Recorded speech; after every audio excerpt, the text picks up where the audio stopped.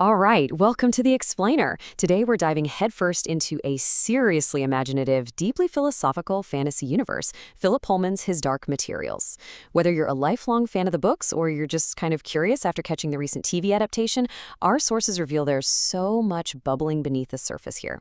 We're going to unpack exactly how this incredible story weaves together magical creatures, quantum physics, and, believe it or not, 17th century epic poetry. Okay, let's look at this number for a second. 1.6 million. That is the staggering number of Goodreads ratings for literally just the first book in this series, The Golden Compass, or Northern Lights, depending on where you live. So this isn't just a popular children's book, it's an absolute global phenomenon that has resonated across generations. But you've got to wonder, what is it about this specific universe that commands such a massive, dedicated audience? Okay, let's dive into this. Here is our structured roadmap for today's explainer. We'll start with a welcome to Lyra's world, then look at the rules of Daemons, and uncover the mystery of dust. From there, we'll examine the academic roots of Milton and the Fall, and finally, look at the leap from page to screen. Let's get into it. Section 1. Welcome to Lyra's world. Now, the absolute anchor of this sprawling multiverse is Lyra Belacqua. She's this rebellious, fiercely intelligent young girl basically running wild through an alternate steampunkish version of Oxford. And Philip Pullman famously said something I just love. He said, "I pay my readers the compliment of assuming that they are intellectually adventurous." Essentially, he flat out refuses to write down to his audience. And this is absolutely crucial because it means the story invites us, regardless of our age, to grapple with some seriously heavy themes right alongside Lyra. It's a universe that literally demands our active intellectual participation. Now, those heavy themes are tied directly to the overarching antagonist here, the Magisterium. Based in Geneva, this oppressive institution worships an entity known as the Authority, and it's important to note how the source text frames them. They aren't strictly presented as a critique of personal faith itself, but rather as this rigid institution built entirely on fear, power, and the suppression of truth. They fear anything that threatens their absolute control over people's minds. The world building around the Magisterium is dense, for sure, but it naturally leads us to ask, what is the most iconic, tangible mechanism of this universe? Like, what is the one thing that immediately separates Lyra's world from our own? Well, that brings us right to Section 2, the rules of Daemons. Let's take a look at the physical human soul. So, a daemon, and yeah, it is pronounced daemon, is quite literally the physical manifestation of a human soul. And our sources highlight a fascinating detail. Pullman actually drew inspiration from classic Renaissance paintings for this, like Da Vinci's The Lady with the Ermine. It's just a brilliant visual device used to showcase the shift from childhood innocence to experience. Now, what's really interesting about this slide is how these specific rules so cleverly symbolize human development. When you're a kid, your daemon can shapeshift constantly, which perfectly reflects a child's endless potential and shifting moods. But during puberty, it settles into one fixed animal form. It's this beautiful, sometimes painful metaphor for the turbulent process of figuring out exactly who you are. The rules also set up some intense boundaries. Separating a human from their daemon causes horrific physical pain, and touching someone else's daemon, yeah, that is the ultimate taboo in this world. So we've got humans, and we've got their physical animal souls walking beside them. But what actually powers this entire universe? What's the invisible force linking these daemons to humanity while simultaneously driving the Magisterium into a state of absolute terror? That takes us into the deepest lore of the series with Section 3, The Mystery of Dust. Honestly, this is arguably the most complex and contested element of Pullman's entire universe.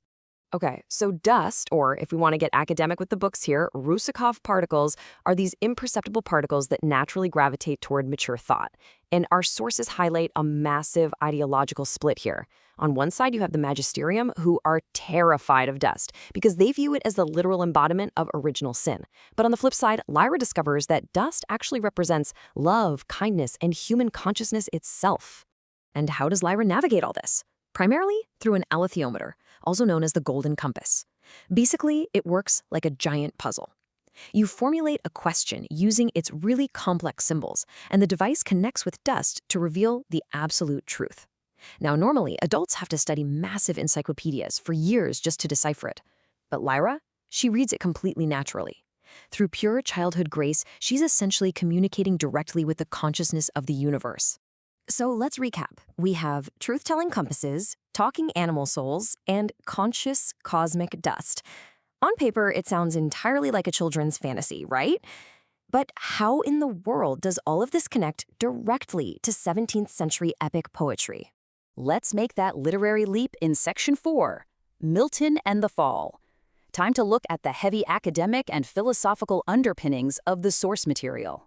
And this brilliantly illustrates the academic foundation we're talking about. Jordan Ariano's thesis draws a fascinating parallel between Philip Pullman and the 17th century poet John Milton, the guy who wrote Paradise Lost. As it turns out, both authors deliberately invoked a fit audience. Basically, they fully expected their readers to read between the lines and really grapple with these immense theological concepts. Looking at this comparison, we see two authors tackling the exact same core concept, but from completely opposite angles. You have Milton, a Christian poet, using the biblical story of the fall to defend a heavenly monarchy. But then the analysis shows how Pullman, an atheist novelist, takes that exact same fall and recasts it as a positive awakening. But here's the really cool part. Despite their totally different worldviews, the text shows that both writers use their epics to argue that an ideal society can only truly flourish when it's built on a foundation of human free will. All right, so put yourself in a filmmaker's shoes for a second. You're faced with this massive challenge. How on earth do you take these incredibly dense theological and philosophical concepts like cosmic dust, consciousness, and the Miltonic fall and translate them into an engaging, accessible television show? Well, let's look at how they pulled it off in Section 5, From Page to Screen, covering the acclaimed television adaptation that aired between 2019 and 2022. Critics have noted that the TV series made some incredibly smart structural changes. You know, while the books are phenomenal, they can sometimes get a little bogged down by those dense philosophical lectures. But television demands visual storytelling. So by expanding the point of view way beyond just Lyra, the show gave us this much more nuanced look at the magisterium, effectively trimming the philosophical fat to elevate the immediate, relatable human emotion of the story. And all that emotional foregrounding leads us directly to one of the most poignant finales in modern fantasy. To save the multiverse and stop the dust from leaking away, Lyra and her companion Will have to close all the windows between worlds, effectively separating themselves forever. The ultimate emotional payoff of this massive epic isn't some giant CGI battle. It's the quiet tragedy of choice and sacrifice. They promise to sit on the exact same bench in their respective Oxford Botanic Gardens every midsummer's day, just to feel near each other. Honestly, it is the perfect, heartbreaking distillation of what it means to come of age. Philip Pullman built a universe that essentially begs us to think deeply about consciousness, about authority, and about what it really means to grow up. So I want to leave you with this to ponder today. If your soul walked beside you right now, fully visible to the whole world, would you be brave enough to look it in the eye and fight for your own free will? Thanks for joining me on this explainer, and keep exploring.